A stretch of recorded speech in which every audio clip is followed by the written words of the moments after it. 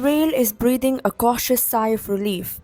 A massive wildfire that threatened to engulf Jerusalem has finally been brought under control after a grueling 30-hour long firefighting effort.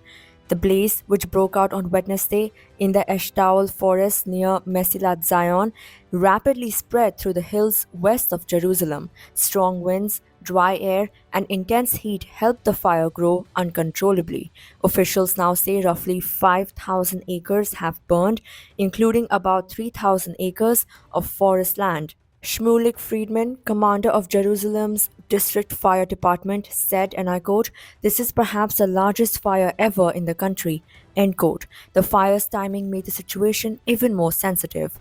It erupted just as Israel was marking its Memorial Day and 77th Independence Day, leading to the cancellation of multiple national events, including the torch lighting ceremony at Mount Hazael in Jerusalem. Cities like Tel Aviv, Ashkelon, and Beersheba also called off their planned festivities. Still, over 100,000 Israelis marked the holiday in parks and open areas, observing fire safety guidelines. Prime Minister Benjamin Netanyahu declared the wildfire a national emergency and called for international help.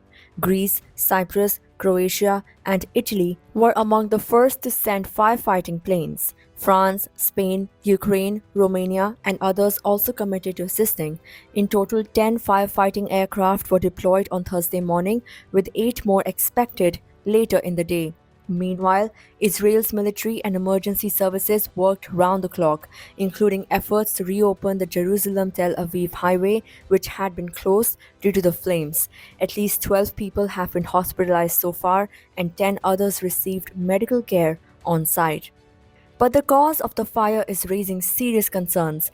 Netanyahu announced that 18 people have been arrested on suspicion of arson, with one reportedly caught in the act of starting a fire. Authorities say investigations are ongoing. Officials are also pointing to the climate crisis.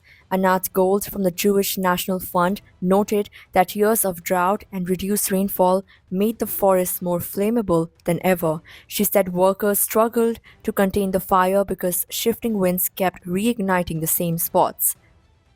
Although the blaze has now been largely contained, its impact is historic. It's being compared to the deadly 2010 Mount Carmel fire, which burned for 4 days, killed 44 people, and destroyed 12,000 acres. In this case, quick international support and coordinated emergency response helped prevent an even greater tragedy. But the questions about preparedness, accountability, and climate resilience remain. Stay tuned for more updates.